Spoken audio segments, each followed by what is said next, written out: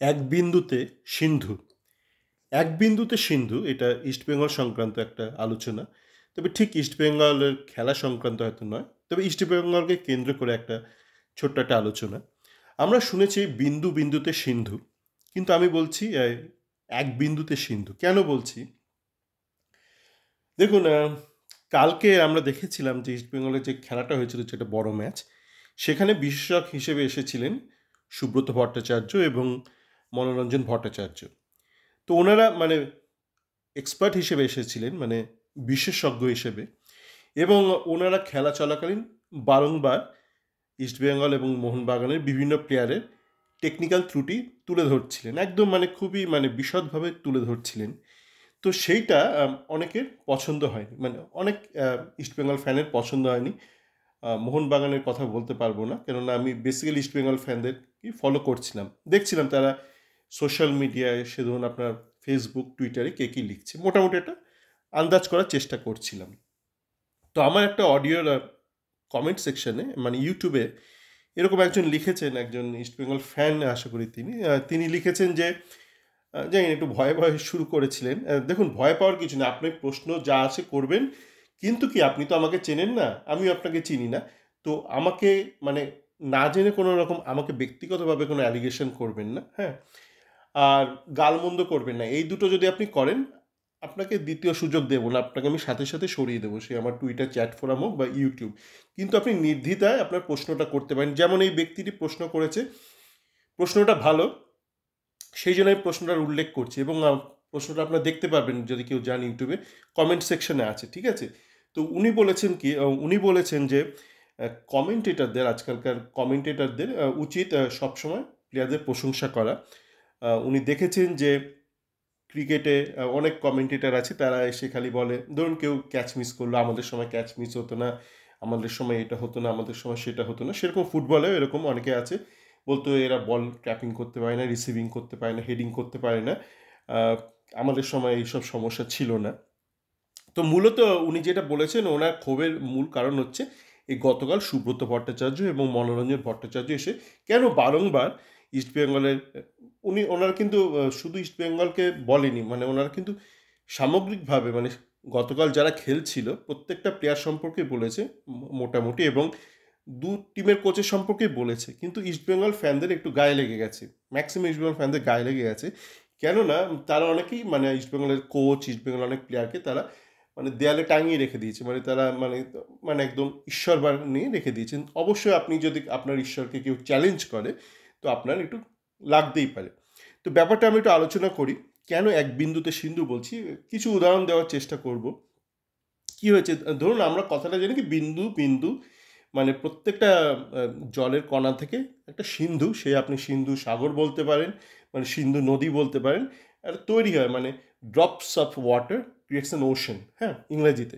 তো এবার কি হয়েছে, যেমন দেখুন আপনার একটা এক্সট্রা টাইম একটা দেখবেন, ওরা কি করেছে, সঞ্জয় সেনের একটা মন্তব্য নিয়েছে, যে আপনি কালকে খেলা দেখেছেন ইস্টবেঙ্গল খেলা সম্পর্কে। তো সঞ্জয় সেন বলেছে উনি একটা কোনো একটা গৃহপ্রবেশের জন্য ব্যস্ত ছিলেন, তো উনি ইস্টবেঙ্গলের একটা গোল দেখেছেন, দ্বিতীয় গোলটা দেখেনি, প্রথম গোলটা দেখেছেন। প্রথম গোলটা দেখে ওনার বিষ্ণুর টাচটা খুব ভালো লেগেছে, বললো আমি দ্বিতীয় গোলটা সম্পর্কে বলতে পারবো না, কারণ দ্বিতীয় গোলটাও দেখিনি। তো অবশ্যই বোঝা যাচ্ছে উনি খেলাটা দেখেনি, উনি বললেন "না, খেলাটাও দেখিনি"।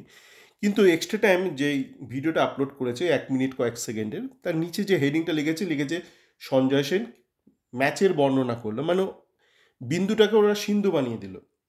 সঞ্জয় সেন একটা বিন্দুর কথা বলেছে, একটা গোলের একটা মুহূর্তর কথা বলেছে, কিন্তু ওরা পুরোটাকে টেনে দিল, মানে সিন্ধু করে দিল, যে সঞ্জয় সেন পুরো সিন্ধুর বর্ণনা করেছে, সঞ্জয় সেন কিন্তু একটা বিন্দুর বর্ণনা করেছিল, মানে এক বিন্দুতে সিন্ধু করে দিল এক্সট্রা টাইম। তো এরকম আমাদের জীবনে এখন তঞ্চকথায় ভরে গেছে। এখন আমরা কি এক্সপেক্ট করছি, মানে সে ব্যক্তি বলছে কমেন্টেটরের কথা, মানে যে ফ্যান কমেন্ট করেছিল, কমেন্টেটরের শুধু দায়িত্ব হচ্ছে বর্ণনা করে, খেলার বর্ণনা করে। মানে এই বর্ণনার মানেটা কি, মানে একে ডান দিক পাস দিল, একে বাদিক পাস দিল, কেন আপনি কি অন্ধ? আপনি তো চোখেই খেলাটা দেখতে পাচ্ছেন। তো কে কাকে বাদিকে পাস দিল, কে কাকে ডান দিকে পাস দিল, আপনার কেন শুনতে লাগবে? কেন আপনার শুনতে লাগবে? রেডিও থাকলে একটা মানে ছিল, আপনি দেখতে পাচ্ছেন না, মানে আপনাকে ভিজুয়ালাইজ করার জন্য কাউকে একটা মুখে একটা মন্তব্য করতে হবে যে এ অমুক এক্স ওয়াইকে পাঁচটা দিল, ওয়াই আবার জেডকে পাঁচটা দিল, কিন্তু আপনি তো দেখতে পাচ্ছেন। তাহলে ওটা বলতে হবে কেন? এবার আপনি বলতে পারেন, "না, আমি তো জার্সি নাম্বার চিনতে পারছি না, তো ওনারা জার্সি নাম্বারটা বলুন, কে কাকে পাসটা দিল?" কিন্তু ঘটনা হচ্ছে এখনকার যেইভাবে হচ্ছে আমাদের কমেন্ট্রি, অনেক কমেন্টেটরই ধরুন এইসব যারা করছে, ওনাদের নামগুলো আমার মনে পড়ছে না, প্রদীপ এরকম বিভিন্ন লোকের নাম আছে, সৌমিত্র, এরা অনেকেই ঘরে বসে করছে বা স্টুডিওয়ে বসে করছে, এবং ওদের যে কম্পিউটার স্ক্রিন রয়েছে যেখানে ওরা দেখছে, তার থেকে তো আপনার বাড়িতে একটা বড় টিভি স্ক্রিন আছে, এবং আমরা দেখতে পাচ্ছি যে প্রদীপবাবু আম, বারংবার ভুল করে, সৌমিত্র এরা ভুল করে, মানে এরা নাম্বারটা দেখতে পায় না, এদের কোনো দোষ নেই, কেননা এরা ঘরে বসে দেখছে, বা আপনি যদি মাঠে বসেও দেখেন, এরা একটা টিভি স্ক্রিনে বসে দেখছে, তা ওরা মাঠের খেলাটা দেখছে না, ওরা প্লেয়ারদেরকেও সেভাবে চেনে না, ওরাই কিন্তু একটা ছোট্ট স্ক্রিনে দেখছে, হয়তো একটা 14 ইঞ্চির একটা স্ক্রিনে দেখছে, যেখানে আপনার বাড়িতেই হয়তো একটা 50 ইঞ্চি স্ক্রিন রয়েছে, তো আপনি কিন্তু বেটার দেখতে পাচ্ছেন এদের থেকে। যদি না আপনি মোবাইলে খেলাটা দেখেন, আপনি যদি একটা বড় স্ক্রিনে দেখেন, একটা স্ট্যান্ডার্ড স্ক্রিন, আপনি কিন্তু বেটার ভিজুয়ালাইজ করতে পারছেন নাম্বারগুলো। সেক্ষেত্রেও তো এদের তাহলে দরকার নেই, মানে কেন তাহলে এদের দরকার? এবার তাহলে আপনি বলতে পারেন একটু মিথ্যে মানে শ্রুতি শোনার দরকার এদের মুখ থেকে, যে এবং এটাই কিন্তু হচ্ছে। এবার কি হয়েছে আমি বলছি, একটা 90-10, 10-9, 10-90 একটা ইকুয়েশন হয়ে গেছে। কি হয়েছে, ধরুন একটা প্লেয়ারের, যে কোনো প্লেয়ার, আমি কোনো নাম নিচ্ছি না আলাদা করে, সে আপনি যাকে ইচ্ছা ধরতে পারেন, কালকে যে কেউ খেলেছে, সে ধরুন একটা, ধরুন 10 বার একটা বল ধরেছে, ঠিক আছে, 10 বারের মধ্যে 9 বার হয়তো বলটা ভুল ট্র্যাপ করেছে, একবার হয়তো ঠিক ট্র্যাপ করেছে, মানে ঈশ্বর, মানে একদম ওয়ার্ল্ড ক্লাস রিসিভিং হয়তো একবার হয়েছে বা ফার্স্ট টাচ, বাকি 9 বার হয়তো খুব বাজে টাচ হয়েছে। এবার ভাস্কর আর আপনার এই সুব্রত বা বাবলুদা বা লগাদা, আপনার যেটা বলি অনেকে, ওনাকে ইয়ার্কি মেরে, তো ওনারা কি করেছে, ওনারা এই নটাকেই 10-এ 10 করে দিয়েছে, মানে ওই একবার যে ভালো ট্যাপিং করেছে ওটা হয়তো উল্লেখ করেনি, 9টাকেই 10-এ ওরা 10 করে দিয়েছে, ঠিক আছে। আর বাকি যারা রয়েছে, যে যেমন সৌমিত্র কালকে কমেন্ট্রি করছিল, বা প্রদীপবাবু, এরা ওই একটাকে 10-এ 10 করে দিয়েছে, মানে এরা 9টাকে ভুলে গেছে, একটাকে 10-এ 10 করে দিয়েছে। এবার আপনি হয়তো মনে মনে চাইছেন, এই সৌমিত্রের মতন কমেন্টেটার চাই, বা প্রদীপবাবুর মতন কমেন্টেটার চাই, যারা ওই একটাকে একের পেছনে একটা শূন্য দিয়ে দেবে, মানে একটাকে 10 করে দেবে, মানে 10-এ 10 করে দেবে, মানে ধরুন একটা প্লেয়ার 10-এ 1 পেয়েছে, সে পেছনে একটা শূন্য বসিয়ে দিয়ে 10-এ 10। তো বেসিক্যালি আপনি একটা মিথ্যে শুনতে চাইছেন, মানে আপনি একটা মিথ্যে সাগরে ভেসে, মানে একটা সুন্দর একটা দুপুর কাটাতে চাইছেন। তো এটাই হলো ব্যাপার, মানে এক বিন্দুতে সিন্ধু আপনি বেসিক্যালি চাইছেন। তো জানি না, মানে এটা আপনি চাইতেই পারেন, কিন্তু এতে করে আপনার কি লাভ হবে আমি জানি না। জীবনে হয়তো একটা মুহূর্তের জন্য একটা আনন্দ পাবেন, আপনাকে হয়তো কেউ বললো যে এই টাচটা দেখে মনে হচ্ছে এই প্লেয়ারটাকে লা লিগায় নিয়ে যাওয়া উচিত, এই ফার্স্ট টাচে যেভাবে বলটা ধরলো, এর কলকাতা ফুটবল লিগ নয়, এর অবিলম্বে লা লিগায় খেলা উচিত, আপনি ভেবে হয়তো একটা মোমেন্টের একটা আনন্দ পেতেই পারেন। মানে ধরুন আপনি আপনার জামা কাপড় নেই, আপনি নগ্ন, আপনি হয়তো খুব মানে কোনো খেলেন, সাবস্টেন্স খেলেন, বা কোনো নেশাদ্রব্য গ্রহণ করলেন, তো আপনার শরীরের তাপমাত্রা ভীষণ বেড়ে যায়। তো যখন শরীরের তাপমাত্রা ভীষণ বেড়ে যায় এই কারণে, তো আপনার মনে হবে না আমি নগ্নই থাকি।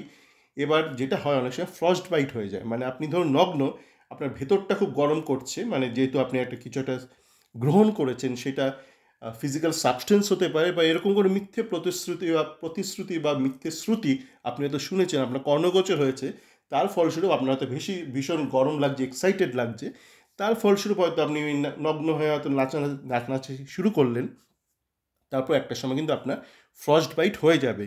তো এইটাই বলার ছিল, যে এক বিন্দুতে সিন্ধু। আশা করি এই বিষয় নিয়ে আমাকে আর বিশেষ কিছু বলতে হবে না। যেটা ঘটছে আমি সেটাই বললাম, মানে কেউ ওই 9টাকে 10 করে দিচ্ছে।